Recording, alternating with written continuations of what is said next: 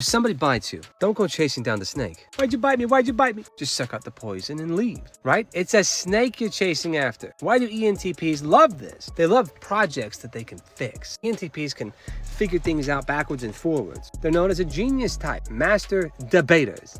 And they love the complicated relationship. They love to talk about it all day long. All the people that they know and how this person is this. Oh, she's so complicated. She's just like me. And they just go on and on and on and on and on. Bro, stop it. Stop it.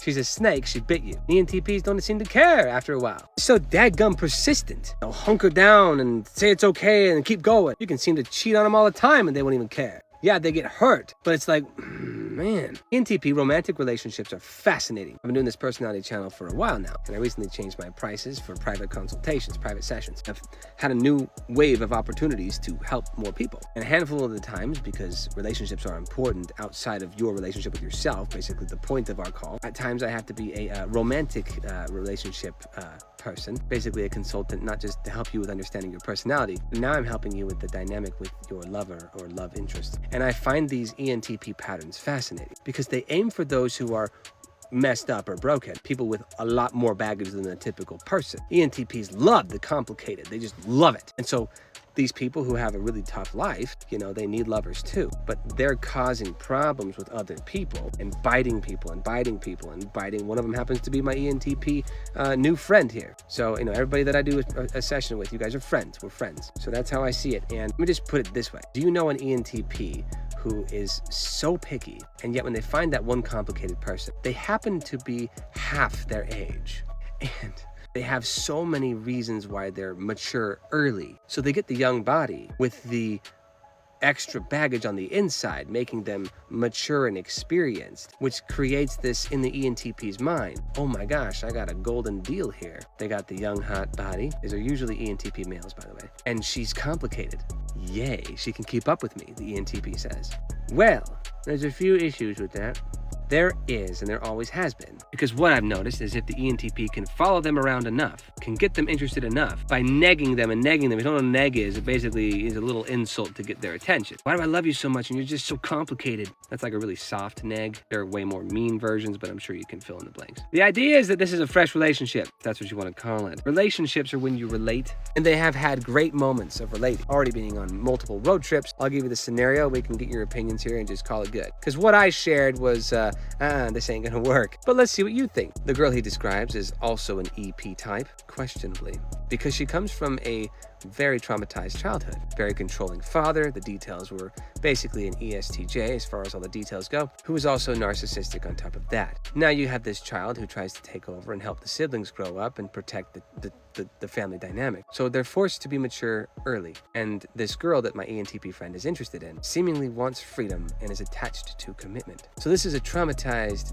P personality. The way he explains her is coming out of her shell, questionably an I personality, introvert. So doesn't really matter. The point is that everything that this girl is trying to be gets squandered. Then you have that one theory that says that the daughter wants to marry the father. And as I mentioned before, I think I said it wrong, but she has attachment issues, or rather commitment issues. So no matter what he does, she's gonna keep bragging about her 10 other boyfriends, and she's gonna keep ending up the next day with a different guy. And this ENTP gets hurt, and then he finds it a challenge. But he's 40 years old, and she's 20. Do you really think her gray matter in her brain is fully developed, my friend? Do you really think that she's ready for a long-term commitment? You're thinking long-term. You have a healthy NI. You're ready to settle down. She's 20 freaking years old. And to the other ENTPs, why, okay, they tend to lock on to, these younger personalities, or like somebody who like really works, but somehow they're half your age or just younger. I've never seen an ENTP aim for an ENTP or somebody who's probably a better pair for you. Not saying that ditto pairs are great, but one that's your age or close to it. ENTPs love the younger. Those are the cougars, man. Debate me, master debaters. Because you know I'm your archangel pair. I am the personality who will tell you, ENTP, that you're off. And you can't fight me because there's just too much proof. That's what you aim for, is the proof. But it's not always the proof, right? So I got nothing. And I'm not here to say ENTPs aim for the younger crowd, even though that seems to be a pattern. But what I am saying is, anybody who goes for that snake that bit you, stop chasing the snake. Let it go. Get the suck the poison out. Don't think of it as a challenge. This is not a game, you FE child. ESTPs are the same way. You guys love to mess with people. It's a game. Your child function, other people's emotions are a game. It's playful. That's why you end up in these weird relationships. That is not long term. Aren't you an NI ally? Use that for your gain. Find somebody who can match you. Yeah, sure. Who can keep up with your brain and your massive intelligence. Sure. Somebody preferably closer to your age, closer to what you've been through. Somebody mature enough.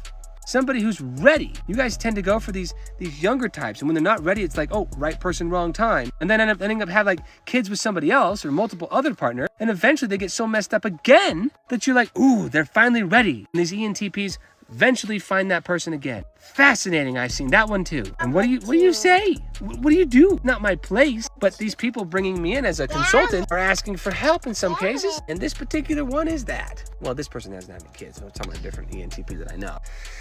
It's so complicated, and you guys love it that way. And I think that's noble. I think that's great. I think that's great. And I can't see what you see in that case. I can just see the weaknesses. I can see the pains that you're going through, but you seem to enjoy the pains. So you being a unique personality type ENTPs, you guys are very unique. The rest of the world, feel free to jump your comments in on this, because I'm not saying I'm right. I'm saying I'm recognizing these things. Sorry, I'm getting tired. I don't know what to do, because ENTPs are known for not listening to anybody else. Stubborn. But if you can prove an ENTP wrong, they'll consider the logical implications and blah, blah, blah. And then ENTPs can have that change because they're also a P personality type. They're adaptable. So it's fascinating. It's fascinating. I told him it's not going to work, but it'll be fun. So my ENTP friend, check out the comments here on this video. Feel free to save this if you need to share it with somebody else who's an ENTP or otherwise who's struggling with this. Read their comments. Maybe if you don't believe me, you might believe them. Feel free to leave your stories too. That usually helps ENTPs. They'll try to debate you.